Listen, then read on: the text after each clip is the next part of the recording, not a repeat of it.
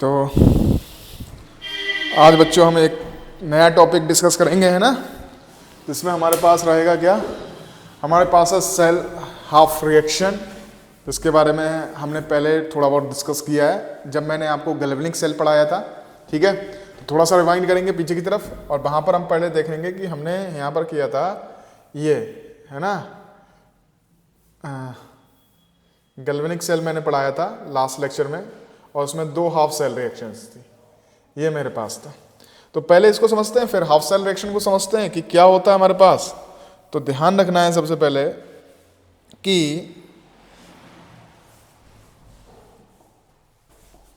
हमारे पास एक इलेक्ट्रोड था एनोड और एक इलेक्ट्रोड था कैथोड।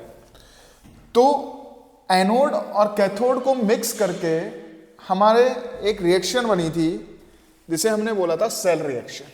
ठीक है, 2 हाफ रिएक्शंस थी और 2 हाफ रिएक्शंस में हमारे पास क्या था, सबसे पहले ध्यान रखेंगे कि एक हाफ सेल एनोड पे हो रही थी और एक हाफ सेल रिएक्शन कैथोड पे हो रही थी और दोनों रिएक्शन को जब मिलाया गया था तो हमारे पास ओवरऑल रिएक्शन आई थी इसकी। तो यहाँ पर देखेंगे ये जो हमारे पास है this is called half cell reaction, जहाँ एनोड पे ऑक्सीडेशन हो रहा है और कैथोड पे हमारे पास क्या हो रहा है, रिडक्शन हो रहा है। तो अब इन 2 रिएक्शंस को अगर मैं मिक्स कर दूं, क्या कर दूं बच्चों, मिक्स कर देता हूं तो क्या बनती है, ओवरऑल रिएक्शन बनती है किसकी, सेल की। तो सबसे पहले देखो this is half reaction, half cell reaction, ये है, दोनों को मिक्स करेंगे। तो वही चीज लिखी थी मैं यहाँ पर आपको समझाऊंगा आगे की तरफ, क्योंकि हम लेक्चर में उसमें ये कवर कर चुके हैं। ठीक है, रिप्रेजेंटेशन हमारे पास सेल था, ठीक, सर्किट हमारे पास ये था। अब यहाँ पर हम इलेक्ट्रोलाइटिक सेल पढ़ चुके थे, सेपरेशन में काम आ रहा था। ये हमारे पास है हाफ सेल रिएक्शन। तो हाफ सेल रिएक्शन में हमने क्या किया, जैसे मैंने यहाँ पर एट एनोड लिखा था गैल्वेनिक सेल का, या वोल्टाइक सेल बोलते हैं उसे, है ना, या डैनियल सेल बोलते हैं। तो एट एनोड, एनोड पे क्या होता है हमेशा, ऑलवेज ऑक्सीडेशन। अगर आपको याद होगा तो हमने लिखा था Zn और Zn से क्या लिखा था बच्चों, 2 पॉजिटिव। यहाँ पर ऑक्सीडेशन स्टेट कितनी थी, 0, और मैंने ये बताया था कि यहाँ पर चार्ज है 0, यहाँ पर है 2 पॉजिटिव। तो मैं यहाँ पर जिधर ज्यादा होता है उधर ही हम इलेक्ट्रॉन्स एडेड करते हैं, क्योंकि charge should be balance at reactant side and product side. इधर 0 है तो इधर 2 पॉजिटिव था, तो मैंने 2 नेगेटिव इसलिए ऐड किया क्योंकि 2 नेगेटिव एंड 2 पॉजिटिव क्या हो जाएगा, 0 हो जाएगा। तो दोनों चार्ज क्या हो जाएगा, मतलब बैलेंस्ड हो जाएगा।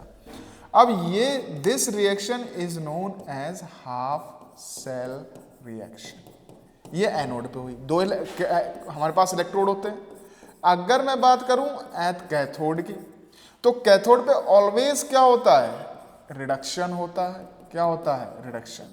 अब अगर मैं यहां बात करता हूं Cu और ये बनता है Cu, तो सबसे पहले देखिए यहां पर हमारे पास ये हो रहा था कि 2 से 0 में जा रहा था। अब यहाँ पर देखो इलेक्ट्रॉन्स किधर जाता है, मतलब चार्ज किधर जाता है, तो इधर चार्ज है हमारे पास रिएक्टेंट साइड, तो मैं उधरी साइड जितने चार्ज ज़्यादा है उतने इलेक्ट्रॉन साइड कर दूंगा, है ना। तो ये हमारे पास दोनों तरफ चार्ज क्या हो जाएगा, इधर 0 है तो 2 नेगेटिव 2 पॉजिटिव, ये भी 0 हो जाएगा। तो this is called half cell reaction, है ना, this is called half cell reaction.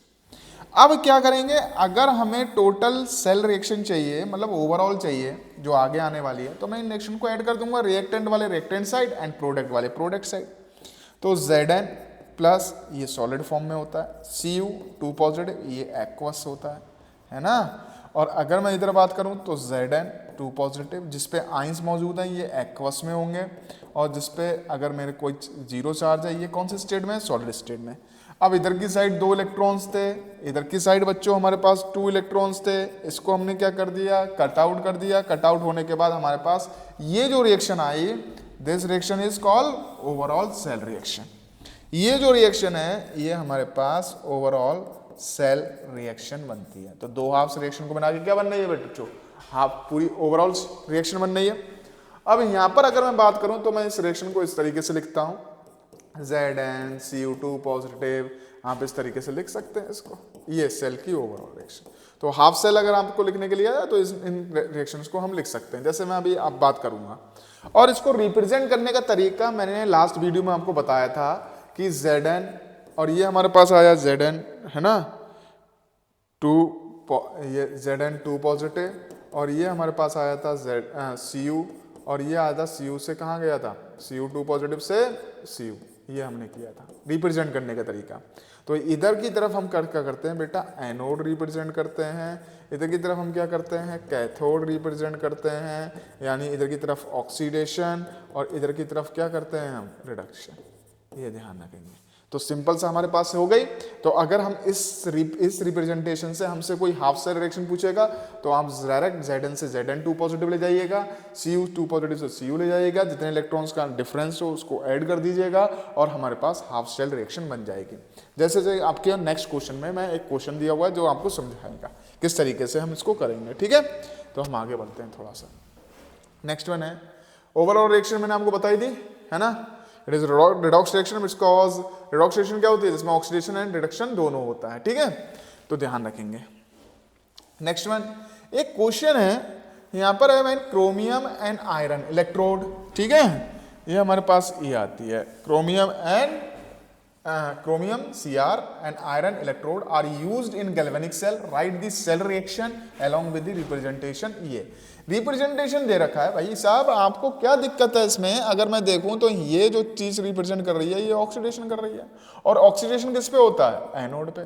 चाहे इलेक्ट्रोलिटिक सेल हो चाहे इलेक्ट्रोकेमिकल सेल हो, एनोड पे हमेशा क्या होता है, ऑक्सीडेशन। और अगर मैं इधर बात करूं तो ये होता है रिडक्शन और यहाँ पर होता है कैथोड, ये कैथोड पे होता है। तो एट एनोड लिख दो आप, एट एनोड, एनोड मैंने लिखा। अब एनोड पे क्या करोगे बच्चे, क्या करना है हमें, सिंपल रिएक्शन लिखनी है। क्या लिखनी है, ऑक्सीडेशन हो रहा है, ऑक्सीडेशन में क्या लिखना है भाई, सामने दिख रहा है Cr से किस में गया है, Cr3 पॉजिटिव में। यहाँ पर जिस पे चार्ज नहीं लगा होता उस पे 0 लगा दो, अकेला है ना, तो ये हमने लगा दिया। अब आप बताइए यहाँ पर कितने इलेक्ट्रॉन्स का अंतर है, यहाँ 0 है, यहाँ 3 पॉजिटिव। किधर ज्यादा है, इधर कितना ज्यादा है, 3 पॉजिटिव, तो मैं यहाँ 3 इलेक्ट्रॉन्स ऐड कर दूंगा, है ना। तो ये हमारे पास है हाफ शेल रिएक्शन, है ना। उसके बाद एट, अगर मैं बात करूं किस पे, एट कैथोड पे। तो कैथोड पे मैं क्या करूंगा बच्चे, तो कैथोड पे मैं करूंगा बेटा रिडक्शन, और रिडक्शन में मैं करूंगा तो यहां पर दे रखा है Fe2 पॉजिटिव, है ना, गिव्स Fe, चार्ज 0 लगा दो इस पे।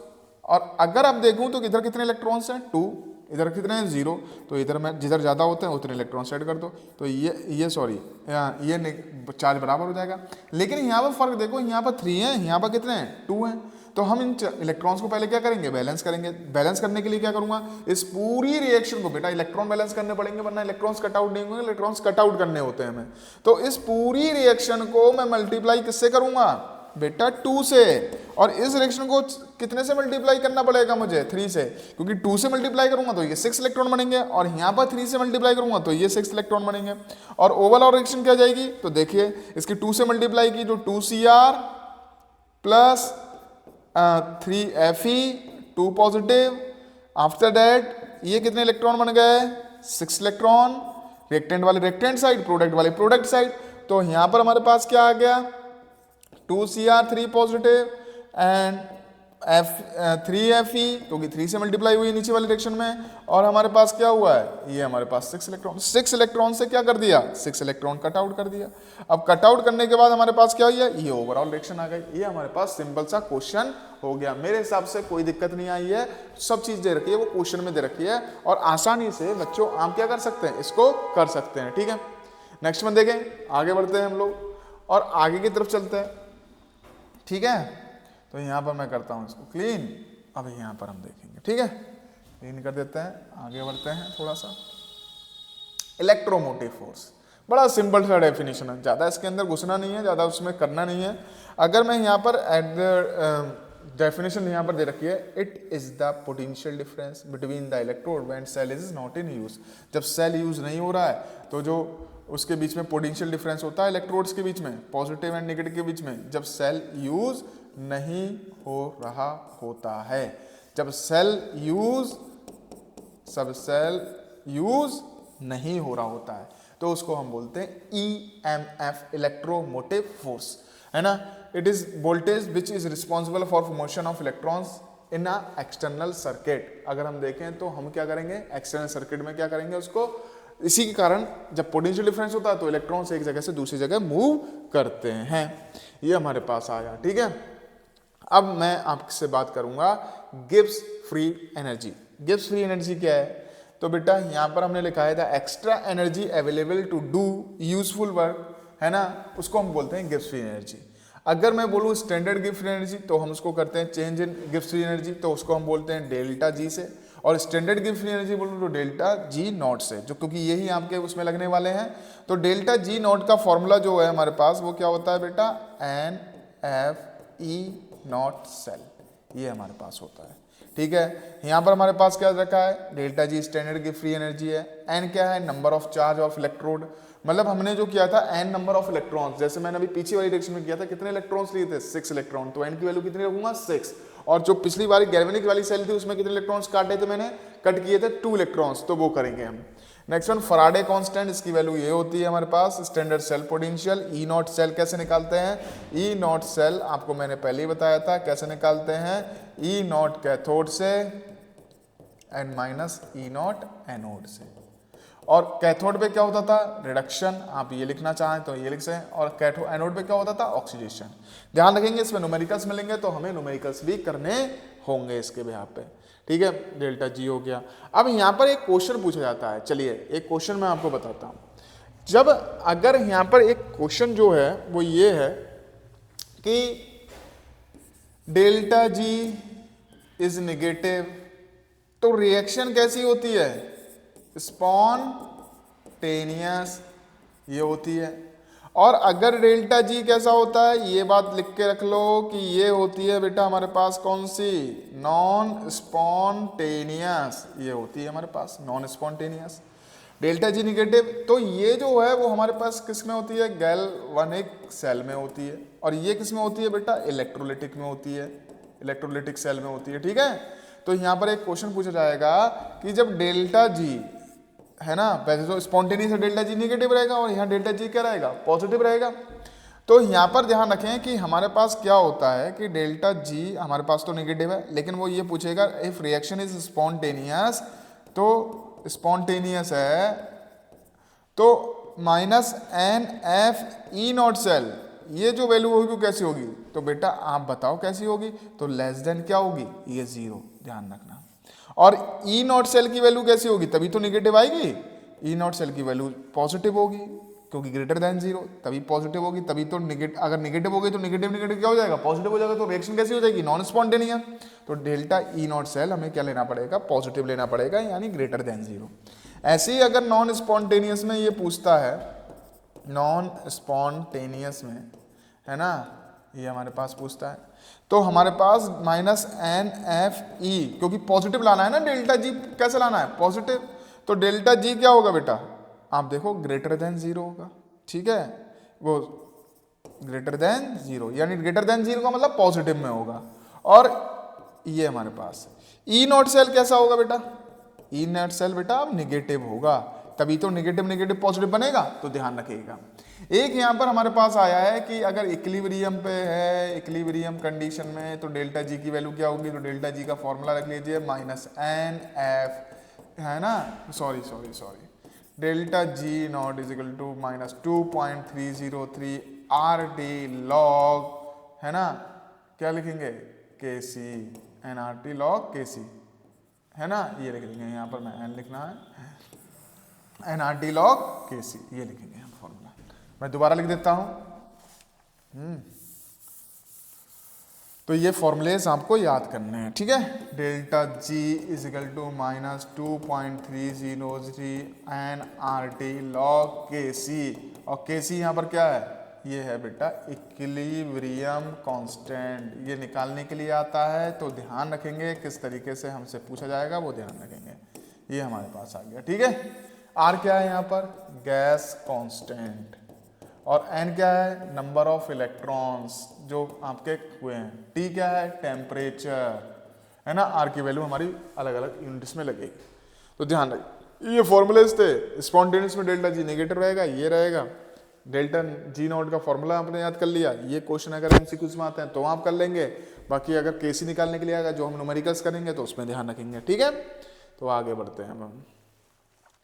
ये हमारे पास स्टैंडर्ड हाइड्रोजन इलेक्ट्रोड, बहुत ज़्यादा इंपॉर्टेंट है ना। ये सबसे पहले ध्यान रखो, it is a reference electrode. अगर मैं एनोड के साथ लगाऊं तो कैथोड का वर्क करेगा, और कैथोड के साथ लगाऊं तो एनोड का वर्क करेगा। तो सबसे पहले ध्यान रखो, ये बेटा दोनों की तरफ वर्क करता है, एनोड की तरह भी और किसकी तरह, कैथोड की तरह। तो इसलिए रेफरेंस इलेक्ट्रोड कहा है, अगर एनोड के साथ लगाऊंगा तो ये कैथोड की तरह वर्क करेगा, और कैथोड की तरह लगाऊंगा तो एनोड की तरह। वो तो हमारे इलेक्ट्रोड पोटेंशियल पे डिपेंड करेगा, किसके साथ कैथोड का करेगा, किसके साथ एनोड का करेगा। तो अब ध्यान रखें, हमारे पास क्या हो रहा है, एनोड और कैथोड आ रहा है, मतलब reference electrode. It is called, सबसे पहले लिखा है it is reference electrode. Half cell की तरह यूज कर सकते हैं हम, जिंक के साथ भी यूज कर सकते थे इसे, कॉपर के साथ भी। जहां हाफ सेल मिल जाता है तो दूसरे हाफ सेल के साथ हम इसे लगा सकते हैं। नेक्स्ट वन यहाँ पर है, in standard hydrogen electrode a platinum wire coated with platinum black. ठीक है, एक मिनट ये ऑनलाइन में देख लेता हूँ क्या चल रहा है। ठीक है, चलें देखें। तो सबसे पहले हमारे पास है बेटा ये कौन सा, हमारे पास है स्टैंडर्ड हाइड्रोजन इलेक्ट्रोड। ठीक है, तो स्टैंडर्ड हाइड्रोजन इलेक्ट्रोड क्या है, एनोड और कैथोड दोनों की तरफ वर्क करता है। ठीक है, मतलब अगर मैं एनोड के साथ लगाऊंगा तो ये रिडक्शन का काम करेगा, मतलब एनोड ऑक्सीडेशन होता है तो ये रिडक्शन का काम करेगा, और कैथोड पे क्या काम वर्क करता है, रिडक्शन की तरह। तो ये किसकी तरह वर्क करेगा, ऑक्सीडेशन मतलब एनोड की तरह वर्क करेगा। तो इसे हम रेफरेंस इलेक्ट्रोड बोलते हैं। The standard hydrogen electrode a platinum wire coated with platinum code is shield in a glass tube. तो बेटा अगर मैं ये चीज जो देख रहा हूं यहाँ पर, अगर मैं यहाँ से थोड़ा सा इंक चेंज करूंगा, तो ये जो चीज देख रहे हैं ये ग्लास की बनी हुई है, और यहाँ से हम हाइड्रोजन गैस फ्लो कर रहे हैं, और ये हमारे पास कौन सा वायर है, this wire is known as platinum wire, है ना, प्लेटिनम मेटल का है। और ये जो हमारे पास शीट है ये भी किसकी बनी हुई है, प्लेटिनम की बनी हुई है, और ये ब्लैक कोडेड है, मतलब ब्लैक तरीके से ये पूरी तरीके से कोडेड है। अब यहाँ से हम हाइड्रोजन गैस फ्लो कर रहे हैं, यहाँ से हमारे पास ये वायर निकला हुआ है, प्लेटिनम का वायर है, और यहाँ पर जो हमारे पास HCl है उसकी कंसंट्रेशन कितनी है, 1 मोलर HCl है यहाँ पर हमारे पास। और प्रेशर अगर मैं देख लूँ तो कितना है, प्रेशर बेटा है 1 बार। अगर स्टैंडर्ड कंडीशन लगती है तो यही लगती है, प्रेशर बेटा 1 बार है। और अगर मैं टेम्परेचर की बात कर लूँ तो 25 डिग्री सेल्सियस है, यानी 298 केल्विन है। तो स्टैंडर्ड कंडीशन में यही होता है, कंसंट्रेशन 1 मोल होती है, प्रेशर 1 बार होता है, एंड नेक्स्ट वन टेम्परेचर कितना होता है, 25 डिग्री सेल्सियस होता है। नेक्स्ट वन अगर मैं बात करूं तो यहाँ पर वही चीज रखी है, the electrode dipped in acidic solution having 1 molar concentration. अगर जो इलेक्ट्रोड देखूं तो ये क्या है, 1 मोलर कंसंट्रेशन में यहाँ पर हमारे पास मिक्स है ना, H+ ion. Pure hydrogen gas at 1 bar pressure is continuously bubbled through the solution at the temperature at 298 kelvin. जब मैंने यहाँ पर हाइड्रोजन गैस फ्लो करी तो बेटा ये गैस आयंस में टूट रही है, और आयंस में टूटने के बाद ये क्या कर रहा है, मतलब यहाँ पर हमारे पास है ना, हाइड्रोजन गैस 1 बार प्रेशर से कंटिन्यूअसली बबल कर रही है थ्रू दी सोल्यूशन। जब मैं ये फ्लो करता हूँ तो ये हमारे पास क्या होती है, यहाँ बबलनेस हो रही है। A standard hydrogen electrode cannot act as both cathode and anode। ये बात मैं पहले भी बता चुका हूँ, that's why it is called reference electrode। आ रही है बात, देखो हाँ देखो चेक करो इसको, when it is act, वही चीज थी, आ रही होगी तुम्हारे, अभी उसमें दिक्कत होगी ना, मेरे यहाँ पर पूरा शो हो रहा है। Oxidation take place, molecules of hydrogen gas exchange with H+ ion and follows this one। तो हाइड्रोजन गैस गई, कौन है यहाँ पर, H+ आयन में क्या हो रही है, कन्वर्ट हो रही है। तो H+ आयन में ये हो जाएगी, और दूसरी देखो तुम्हारे में पता नहीं क्यों नहीं आ रहा है, इसमें तो पूरा आ रहा है क्लियर एकदम, ना तुम्हारे में नहीं पूरा वीडियो आ रहा है इसमें, ये मैं दिखा दूं। तो ये मेरे पास था कि एनोड और कैथोड की दोनों तरफ रखेगा, लेकिन when the act as cathode, ये किसके लिए था, देखो यहाँ पर जब ये हाइड्रोजन गैस जा रही है तो अंदर आयोनाइज्ड हो रही है, तो आयोनाइज जब हो रही है तो यहाँ पर ऑक्सीडेशन स्टेट क्या हो रही है, बढ़ रही है। तो यहाँ पर क्या हुआ बेटा, ऑक्सीडेशन। तब ये किसकी तरह वर्क करेगा, एनोड की तरह, और आपसे क्या कैथोड की तरह वर्क करेगा। जब ये गैसियस आयन आपस में कब मिल जाएंगे और मिलके क्या बनाएंगे, मतलब रिवर्सेबल रिएक्शन लिखी हुई है बिल्कुल, तो ध्यान रखना ये ऐसा वर्क करेगा बेटा कैथोड की तरफ, क्योंकि यहाँ पर क्या हुआ, आप खुद देखो, यहाँ पर ऑक्सीडेशन स्टेट 0, यहाँ पर 2 पॉजिटिव, तो यहाँ पर हुआ है reduction. The standard hydrogen electrode is also known as reversible electrode because it acts as anode and cathode, दोनों की तरह। रिप्रेजेंट करने का तरीका बेटा ये है, इसका ध्यान रखना ना, H2 से H+ आयन प्लेटिनम अगर आपको करेगा। तो सबसे पहले एक बात ध्यान रख लो, अगर हमारे पास स्टैंडर्ड हाइड्रोजन इलेक्ट्रोड लिखा हुआ है तो स्टैंडर्ड कंडीशंस में हमारे पास लाई करेंगे। स्टैंडर्ड कंडीशन कौन सी होंगी, हमारे पास प्रेशर 1 बार होगा, कंसंट्रेशन 1 मोलर होगी, और अगर मैं बात करूं टेम्परेचर की तो 298 केल्विन होगा, यानी 25 डिग्री सेल्सियस होगा। फिर से देख लीजिएगा कि यहाँ से ये प्लेटिनम का वायर है, नीचे एक फॉइल लगी हुई है, प्लेटिनम की फॉइल लगी हुई है, इस पर ब्लैक कोडेड है। जब यहाँ से हम गैस फ्लो करते हैं तो यहाँ से बेटा ये गैस जो होती है वो गैसियस आइंस में हो जाती है, गैसियस आइंस में बनाएगी, मतलब आइंस बनाती है H पॉजिटिव के, है ना। जब ये H पॉजिटिव के आइंस बनाती है तो बेटा ये एनोड की तरफ वर्क करेगी, लेकिन आइंस क्या करेंगे, आपस में अगर मिक्स हो जाते हैं और इस तरीके से हाइड्रोजन गैस बनाते हैं जो बबल्ड हो रही है, तो ये कैथोड की तरफ वर्क करेगी। इसका रिप्रेजेंटेशन का तरीका ये है, ये दोनों की तरफ वर्क करता है ना, एनोड एंड कैथोड की तरह, ठीक है। तो याद रखेंगे इसको। अब हमारे पास है बेटा नास्ट इक्वेशन, बहुत ज़्यादा इंपॉर्टेंट है। इसमें एनसीईआरटी के जो क्वेश्चंस है, क्वेश्चन नंबर 5 है एक्सरसाइज का, जिसमें 4 क्वेश्चंस दे रखे हैं, वो क्वेश्चन जरूर करिएगा, है ना। तो ध्यान रखेंगे, अभी हम करेंगे इसके आगे क्वेश्चंस। तो सबसे पहले ध्यान रखो, हमारे पास है नस्ट इक्वेशन, और Nernst equation which show the relationship between electrode potential and standard electrode potential.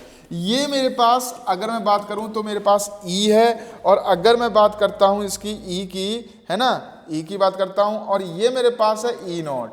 तो ये है बेटा इलेक्ट्रोड पोटेंशियल और ये है स्टैंडर्ड इलेक्ट्रोड पोटेंशियल, इसके बीच में रिलेशनशिप होता है। तो ये हमारे पास पूरी इक्वेशन देखिए 2.303 RT एंड F, और ये लॉग, अगर मैं यहाँ पर एक रिएक्शन लिखता हूं तो मेरे पास बनता है M and positive and M, ये हमारे पास बनना है। तो ये मेरे पास है प्रोडक्ट, तो मैंने यहाँ प्रोडक्ट ऊपर की तरफ लिखते हैं बेटा, और ये मेरे पास क्या होता है, रिएक्टेंट, ठीक है, ये हम बात करेंगे, ठीक। तो ध्यान रखना है ये रिएक्टेंट होता है। तो यहाँ पर जो भी कंसंट्रेशन लेते हैं हम वो एक्वस की लेते हैं, सॉलिड की नहीं लेंगे, वो अभी हम आगे बात करेंगे। जब मैं इन सब की वैल्यूज रखता हूँ, लगभग सब वैल्यूज जब मैं रखूंगा, किसकी, आर की, टी की, आर की कितनी वैल्यू रखेंगे, 8.314 joule, kelvin inverse, mole inverse, Faraday की ये रखेंगे, टेम्परेचर की ये रखेंगे, तो हमारी एक वैल्यू निकल के आएगी 0.0591 अपॉन n, जितने नंबर ऑफ इलेक्ट्रॉन्स कंट्रीब्यूट होंगे रिएक्शन में। और लॉग, इसको मैंने 1 क्यों लिख दिया, m को 1 क्यों लिख दिया, बेटा सॉलिड की कंसंट्रेशन हम यहाँ पर नहीं लेते हैं, ध्यान रखिएगा, एक्वस की लेते हैं, इसलिए अपॉन रिएक्टेंट। तो प्रोडक्ट अपॉन, ये प्रोडक्ट था इसलिए ऊपर, ये रिएक्टेंट था इसलिए यहाँ पर। अब हम आगे की तरफ बढ़ेंगे थोड़ा सा, ठीक है। ये मेरे पास नस्ट इक्वेशन बन जाएगी, और नस्ट इक्वेशन हम एक तरीके से और भी लिख सकते हैं, अगर आपको कंफ्यूजन हो रहा हो थोड़ा बहुत, अगर थोड़ा बहुत भी है तो ये भी आप लिख सकते हैं, E, है ना, E cell is equal to E nought cell minus 0.0591 upon n log, और लिखेंगे बेटा प्रोडक्ट अपॉन रिएक्टेंट। बस एक बात ध्यान रख लीजिएगा, रिएक्शन सेम है, प्रोडक्ट अपॉन रिएक्टेंट डायरेक्ट याद कर सकते हैं, लेकिन प्रोडक्ट और रिएक्टेंट में अगर कोई चीज सॉलिड है तो उसकी हम कंसंट्रेशन को नहीं लेते हैं, हम किसकी कंसंट्रेशन को लेंगे, ओनली एक्वस वाली, ठीक है। चले आगे बढ़ेंगे अब हम, ठीक है। अब फॉर जनरल इलेक्ट्रोकेमिकल रिएक्शंस अगर हम देखेंगे तो ये मेरे पास एक नस्ट इक्वेशन है जिसको आप सॉल्व करके देखेंगे। अब मैं इस इक्वेशन को नस्ट इक्वेशन में लगाता हूं, ठीक है। तो यहाँ पर देखते हैं हमारे पास, अगर मैंने आपको रिप्रेजेंट करने का तरीका बताया था बच्चों, तो क्या बताया था, मैंने आपको बताया था कि इधर तरफ क्या होता है, ऑक्सीडेशन, यानी क्या होता है, एनोड, बार बार मैं यही चीज बोल रहा हूं, है ना। इधर क्या होता है बेटा, कैथोड, और कैथोड पे हमेशा क्या होता है बेटा, रिडक्शन। तो आप सिंपल रिएक्शन लिखो पहले, तो ये रिएक्शन लिखी यहाँ पर, क्या लिखा, एट एनोड, रिप्रेजेंट किया था हमने, इस साइड एनोड होता है, इस साइड कैथोड होता है। अब यहाँ पर एट एनोड क्या होगा, ऑक्सीडेशन, और ऑक्सीडेशन होगा। तो मैं यहाँ पर क्या करने वाला हूं, तो यहाँ पर सिंपल हम करने वाले हैं बेटा, इस पर जैसा लिखा है वैसे ही कर दो। Mg से कहाँ गया है, Mg2 पॉजिटिव, ये गया देखो Mg2 पॉजिटिव, और यहाँ पर बेटा जीरो चार्ज लगा देंगे, कितना अब जीरो चार्ज अपने आप लगा दीजिएगा, कोई अकेला है तो उस पर चार्ज है ही नहीं, तो कितना लगाएंगे, जीरो चार्ज। अब यहाँ पर देखो, यहाँ पर चार्ज है जीरो, यहाँ पर है 2 पॉजिटिव, किधर जाता है, इधर, कितना जाता है 2, तो 2 इलेक्ट्रॉन्स मैं यहाँ कर दूंगा। और अगर मैं बात करूँ अब कैथोड की, तो कैथोड पे एट कैथोड बच्चों क्या करने वाले हैं हम बेटा, वही चीज Cu2 पॉजिटिव से किस में जा रहा है, ये आप देखो, ये जा रहा है बेटा Cu2 पॉजिटिव से Cu2 पॉजिटिव से Cu, और यहाँ पर हम देखें तो 2 इलेक्ट्रॉन्स हैं, तो 2 इलेक्ट्रॉन्स हम इधर ऐड करेंगे क्योंकि charge should be balance at both side, reactant side and product side. And after that हमने यहाँ पर क्या किया, ये हमने पता किया कि ऑक्सीडेशन का हुआ, रिडक्शन का हुआ। अब इस रिएक्शन को हम पूरा लिख देंगे, रिएक्टेंट वाले reactant side MgCu2 positive and last one Mg2 positive and Cu ये एंड नेक्स्ट वन यहाँ पर 2 इलेक्ट्रॉन्स एंड यहाँ पर बेटा 2 इलेक्ट्रॉन्स, 2 इलेक्ट्रॉन से 2 electron cut out, the overall reaction is this. अब हम इसको लगाएंगे नेक्स्ट इक्वेशन में, यहाँ पर वैल्यूज दे रखी हैं। तो सबसे पहले अगर मैं नेक्स्ट इक्वेशन देखता हूँ तो नेक्स्ट इक्वेशन क्या है मेरे पास, E cell is equal to E not cell is minus 0.0591 upon n and log product upon reactant. ठीक है, जिसमें आइंस है वो एक्वस है, बाकी सब क्या है, सॉलिड है। ठीक है, तो ये हमारे पास ये सॉलिड, ये हमारे पास बच्चों सॉलिड। अब हम क्या करें, हाँ अब हमें क्या करने वाले हैं, यहाँ पर सीधी सी ध्यान रखना है, बहुत ध्यान से इक्वेशन हम रखने वाले हैं। तो सबसे पहले मैं यहाँ पर ई नॉट सेल निकालूंगा और E not cell with the help हम कैसे निकालेंगे, फॉर्मूला होता है हमारे पास ई नॉट कैथोड, या हम क्या बोलते हैं E naught minus E not anode, या हम बोल देते हैं रिडक्शन माइनस ऑक्सीडेशन। तो ये हमारे पास है। कैथोड पे क्या हुआ था बताओ, कैथोड पे क्या था हमारे पास, कॉपर था। कॉपर पे देखो चार्ज कितना दे रखा है, कितना दे रखा है 0.34 वोल्ट एंड Mg पे कितना दे रखा है माइनस 2.37 वोल्ट। तो जब हम इसको ऐड करेंगे तो ये हो जाएगा 0.34 प्लस 2.37, तो ये कितना हो जाएगा 2. आपका आ जाएगा 171 वोल्ट, ये आ जाएगा हमारे पास। ई नॉट सेल हमारे पास निकल चुका है। अब एक चीज तो हमारे पास ये निकल गई। अब एन हमारे पास क्या होगा, एन की वैल्यू बेटा कितने इलेक्ट्रॉन्स आपने कट आउट किए हैं, ये किए हैं आपने 2 इलेक्ट्रॉन्स। ठीक है, तो 2 इलेक्ट्रॉन्स कट आउट किए हैं तो वो ध्यान रखेंगे। ठीक है, तो 2 इलेक्ट्रॉन्स, 1 मिनट में बैटरी लगा देते हैं, बैटरी डाउन हो गई इसकी। तो देखिए स्टार्ट कर दें, स्टार्टिंग है हमारे। तो n की वैल्यू यहाँ क्या लगाएंगे बेटा 2, क्योंकि हमने 2 इलेक्ट्रॉन्स कट आउट किए थे। बाकी अब हम वैल्यू लगा सकते हैं। तो अगर मैं यहाँ पर बात करूँ तो ई सेल में निकालना है, ई सेल यानी EMF हमें निकालना है। ई सेल इजिकल टू क्या करेंगे, इसकी वैल्यू कितनी आई थी, देखो ई सेल था तो कितनी आई थी 2.71 और माइनस 0.0591 अपॉन कितना 2, क्योंकि n की वैल्यू मैंने 2 निकाल रखी है। और लॉग और प्रोडक्ट मेरे पास साइड कौन है एक्वस में Mg, तो Mg की कंसंट्रेशन देख लो बेटा कितनी है, Mg की है बेटा कितनी 0.001। और अगर मैं बात करूं तो मेरे पास रिएक्टेंट कौन है, तो रिएक्टेंट साइड देखो बेटा Cu, क्योंकि रिएक्टेंट है Cu पॉजिटिव है, तो Cu पॉजिटिव की बेटा सॉरी कंसंट्रेशन कितनी है 0.00001। अब यहाँ से हम आंसर निकाल सकते हैं। अब आपको केवल सॉल्व करना रह गया है। तो यहाँ पर हम करेंगे 0.22 है ना। अब आपके पास एक यहाँ चला गया, 2 9 18 और 1 इधर आ गया, 2 5 समथिंग आ रहा नहीं आ रहा है, ये हमारे पास आ जाएगा। और लॉग अब यहाँ पर आप माइनस हटा दो, तो ये पॉइंट हटाते हैं और पॉइंट हटाने के बाद ऊपर क्या आएगा एक 10 आएगा और लॉग 10 की वैल्यू कितनी लिख दोगे 1। तो अब मेरे हिसाब से आप सिंपल कर सकते हैं इसको, और इसकी हमारे पास आ जाता है 1 लॉग 10 की। बाकी आप सॉल्व कर लीजिएगा, आंसर देख लीजिएगा क्या आ रहा है। सिंपल सा क्वेश्चन है, ज़्यादा तगड़ा है नहीं, कुछ करना नहीं है। इसके रेफरेंस में हमें एक इलेक्ट्रोड तो ध्यान से रखिएगा, एन की वैल्यू कैसे लगाई थी मैंने इससे, और ई नॉट सेल कैसे निकला था, ई नॉट कैथोड माइनस कैसे पहचाना, ये कैथोड पे ऑक्सीडेशन रिडक्शन और एनोड पे ऑक्सीडेशन, या वैल्यू रखी होंगी आपको गिवन होंगी, बड़ी आसानी से आप इस क्वेश्चन को कर सकते हैं। नेक्स्ट वन देखिएगा, ये हमारे पास right the next equation and EMF of the following cell. अब आप बताओ इसका लिखना है आपको, तो क्या लिखोगे, राइट नेक्स्ट इक्वेशन लिखनी है। तो नेक्स्ट पूरा क्वेश्चन नहीं है ये, ठीक है, राइट दी नेक्स्ट इक्वेशन। यहाँ पर भी थोड़ा सा ये पूरा नहीं है, चलो कोई बात नहीं। इलेक्ट्रोलाइसिस, इलेक्ट्रोलाइसिस क्या होता है, तो सबसे पहले ध्यान रखो, अब इलेक्ट्रोलाइसिस काफ़ी ज़्यादा इंपॉर्टेंट है, इस पर हमें क्वेश्चन करने हैं, बड़े ध्यान से करना है, और इसी के साथ आगे देखेंगे कि क्या इसमें क्या है। The process of decomposition of electrolyte. तो बेटा अगर मेरे पास कोई इलेक्ट्रोलाइट है, पानी यहाँ पर पड़ा हुआ है और मेरे पास यहाँ पर इलेक्ट्रोड है, कोई भी इलेक्ट्रोड है, ये मेरे पास इलेक्ट्रोड है और यहाँ पर कोई इलेक्ट्रोलाइट पड़ा है पॉजिटिव एंड नेगेटिव करके, है ना। तो मैं इसको क्या करूँगा, ब्रेक डाउन करूँगा, मतलब with the help of electricity तोड़ूंगा, तो that is process is known as electrolysis. तो the process of decomposition of electrolyte when electric current is pass through its aqueous solution of fuse state molten state is called electrolysis. अब यहाँ पर हमारे पास electrolysis के दो law हैं। पहला law है बेटा आपका कौन सा, फराडे लॉ, जो आपने देखा है फर्स्ट, अभी एक हम पढ़ेंगे सेकेंड। तो यहाँ पर कुछ नहीं कह रखा है। तो बेटा एक बात ध्यान रखो, मैंने आपको इलेक्ट्रोलिटिक सेल पढ़ाया था और इलेक्ट्रोलिटिक सेल में आपने देखा था कि भाई साहब मेरे पास एक पॉजिटिव था और एक नेगेटिव था। अच्छा, वहां पर जो मैंने नेगेटिव लिया था वो कैथोड लिया है इलेक्ट्रोलिटिक सेल में, और एनोड कैसा लिया है, पॉजिटिव लिया है। और कैथोड जो था वो प्योर कॉपर लिया था हमने, है ना, प्योर कॉपर लिया था। और प्योर कॉपर जब हमने लिया था, और ये लिया था हमने कैसा, इम्प्योर कॉपर।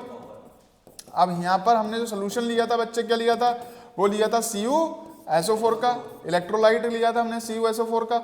तो याद रखिएगा, जब हमारे पास एनोड पे ऑक्सीडेशन हो रहा था, ऑक्सीडेशन जब हो रहा था, तो ऑक्सीडेशन एट एनोड अगर मैं देखूं तो क्या हो रहा है, एट एनोड, एनोड पे क्या हो रहा है, ऑक्सीडेशन। तो ये हो रहा था Cu से किस पे बनना था, Cu2 पॉजिटिव में।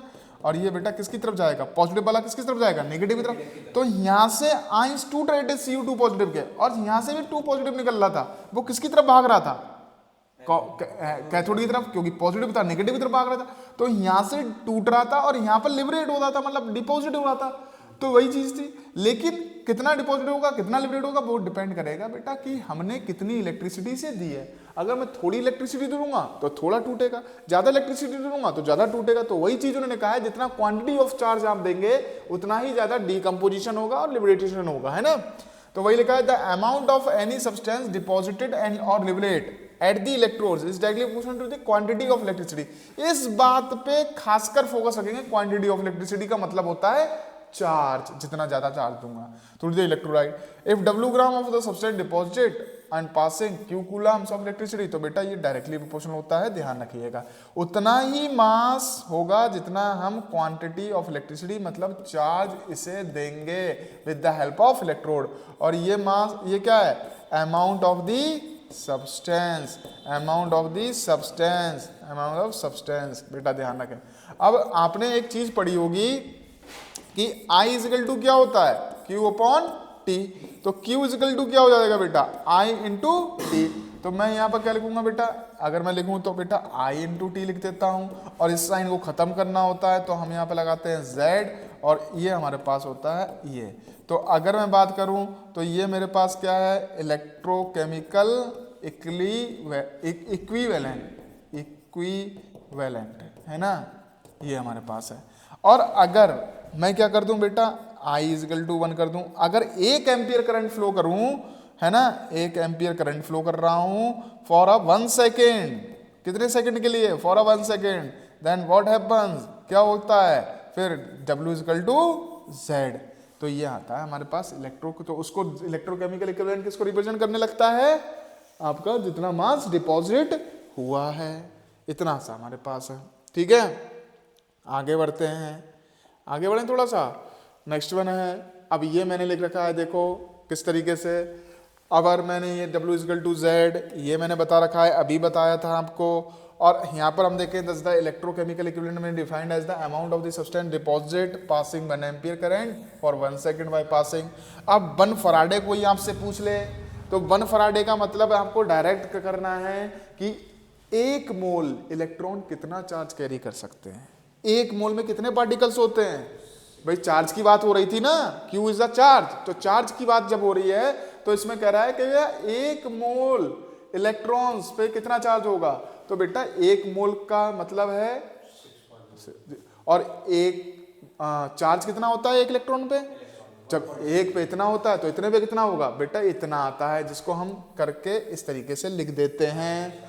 एक्चुअली वैल्यू क्या होती है, ये होती है हमारे पास। ठीक है, अब हम आगे बढ़ते हैं थोड़ा सा इसी में, है ना। तो ये हमने किया, मान लीजिए तो हमारे पास अगर मैं मान लो बेटा ये तो मैंने 1 मोल लिखा था, अगर कहीं वो कहते 2 मोल, कहीं वो कहते 3 मोल, तो कैसे करेंगे, तो N इंटू 96, जब एक पेन की कीमत ₹5 है तो 10 पेन की कीमत कितनी रहेगी, वो मल्टीप्लाई करेंगे नहीं करेंगे, तो n से मल्टीप्लाई कर दिया, n का मतलब अब कितने भी मोल्स हो सकते हैं, तो है ना। जब चार्ज हम क्या करते हैं, फ्लो करते हैं, तब देन मास कितना होता है बेटा, मास डिपॉजिट या क्या बेटा लिबरेट कितना होगा, मान लिया कितना m ग्राम, इतना ही तो मानेंगे। जब 1 कूलाम अगर चार्ज में करूंगा बेटा तो कितना हो जाएगा, एक के लिए कितना हो जाएगा डिपॉजिट, m अपॉन कितना n इंटू 96500, है ना, तो यही तो हो जाएगा। लेकिन 1 कूलाम के लिए 1 सेकंड के लिए जो हम डिपॉजिट कर चुके हैं वो तो हम z लिख चुके हैं, तो मैं इसको लिख सकता हूं बेटा z m upon n into 96500, ये याद रखेंगे इस तरीके से। और इसको भी हम लिख सकते हैं n is equal to e upon 96500। अब ये मेरे पास क्या है, ये हमारे पास क्या है, equivalent mass, this is called equivalent mass. तो इस तरीके से z की वैल्यू निकालनी है तो मोलर मास अपॉन वैलेंसी और इंटू 96। तो बड़े ध्यान से देखो, फिर से देखना है कि जब भैया 1 मोल चार्ज इतना कूलाम है, अगर मैं इतना चार्ज फ्लो करता हूं तो कितना मास करता है वो m ग्राम, तो 1 में कितना करेगा, 1 के लिए। लेकिन 1 अगर मैं कूलाम के लिए कर रहा था तो 1 कूलाम चार्ज मतलब q is equal to I T, तो 1 कूलाम चार्ज जब ये 1 होगा तब ये 1 होगा, तभी तो बनाएगी क्योंकि, तो बेटा वो ध्यान रखना है। तो इस तरीके से हमने यहाँ पर इसकी जगह z रख दिया है। तो ये हमारे पास एक हुआ, z की वैल्यू कैसे निकालेंगे, फराडे की वैल्यू कैसे निकालेंगे, वो हमारे पास क्लियर हो चुका है। ठीक है, तो ध्यान रखना है, एक बार करना है। इलेक्ट्रोकेमिकल इक्विवेलेंट जो मैंने आगे लिख रखा है बता दिया था आपको, फराडे सेकंड लॉ भैया बहुत ही ज़्यादा सिंपल है। अब भाई एक बार बताओ कि मेरे पास 2 कंटेनर है, 2 कंटेनर मैंने मान लिया, यहाँ पर इलेक्ट्रोड लगा हुआ है, एक कंटेनर ये मान लिया है, यहाँ पर इलेक्ट्रोड लगा है।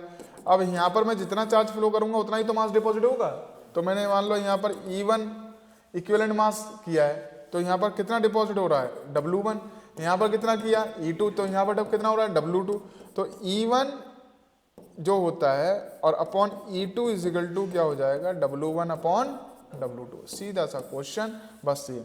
When the same quantity of electricity is passed through different electrolyte, different electrolyte में अगर हमने किया the amount of different substance deposited at the electrode is directly proportional to their equivalent masses। और equivalent masses क्या होते हैं बच्चे, E, बस सीधा सा फॉर्मूला। ठीक है, same quantity of electricity pass कर रहे हैं डिफरेंट इलेक्ट्रोलाइट्स पे, तो वो जो मास डिपॉजिट होगा वो किसके होगा, इस डायरेक्टली प्रोपोर्शनल टू किसके होता है, इक्विवेलेंट मासेस। सेकंड लॉ था फराडे का। इसके बाद हमारे पास आते हैं बेटा क्वेश्चंस ऑन इलेक्ट्रोलिसिस। तो question Faraday law of electrolysis are related to the, किससे, क्वेश्चन नोट डाउन कर लीजिए, घर पे करने का प्रयास करिएगा इसको। ठीक है, बाकी तो आप ध्यान रखेंगे किस तरीके से करेंगे। एक ये क्वेश्चन है जो हमारे पास है, ये भी इसका स्क्रीनशॉट ले लीजिएगा, इसका भी करने का प्रयास करेंगे क्योंकि नेक्स्ट वीडियो में मैं ये कराने वाला हूँ, थोड़ा सा हम ध्यान रखेंगे। ठीक है, तो ये पहले स्क्रीनशॉट ले लीजिएगा इसका, है ना। फिर हमारे पास आ जाता है कंसीडर द इलेक्ट्रोलिसिस, इसका भी स्क्रीनशॉट ले लीजिएगा फटाफट, बहुत अच्छा क्वेश्चन है ना, बहुत अच्छा क्वेश्चन है, क्वेश्चन करने का प्रयास करेंगे बच्चों ध्यान से।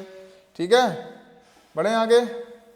ऐसे ही हमारे पास ये क्वेश्चन है, छोटा सा क्वेश्चन, z की वैल्यू निकाली गई है यहाँ पर थोड़ा सा, इसका भी एक स्क्रीनशॉट लीजिएगा क्योंकि मैं ये क्वेश्चन कराऊंगा। ये भी एक क्वेश्चन है हमारे पास, इसका भी स्क्रीनशॉट लीजिएगा। कराएंगे सारे क्वेश्चन सारे कराएंगे, बस ट्राई करिएगा। जैसे 3 है फराडे हो जाएगा, इसमें 5 फराडे हो जाएगा, किस तरीके से आएगा। ये हमारे पास एक क्वेश्चंस था। ठीक है, क्वेश्चंस मैंने बहुत लिखे हैं। अब ये जो टॉपिक है ये हम नेक्स्ट वीडियो में कवर करेंगे और न्यूमेरिकल्स कवर करेंगे कॉमर्शियल सेल्स के। ठीक है, हाँ क्या हुआ।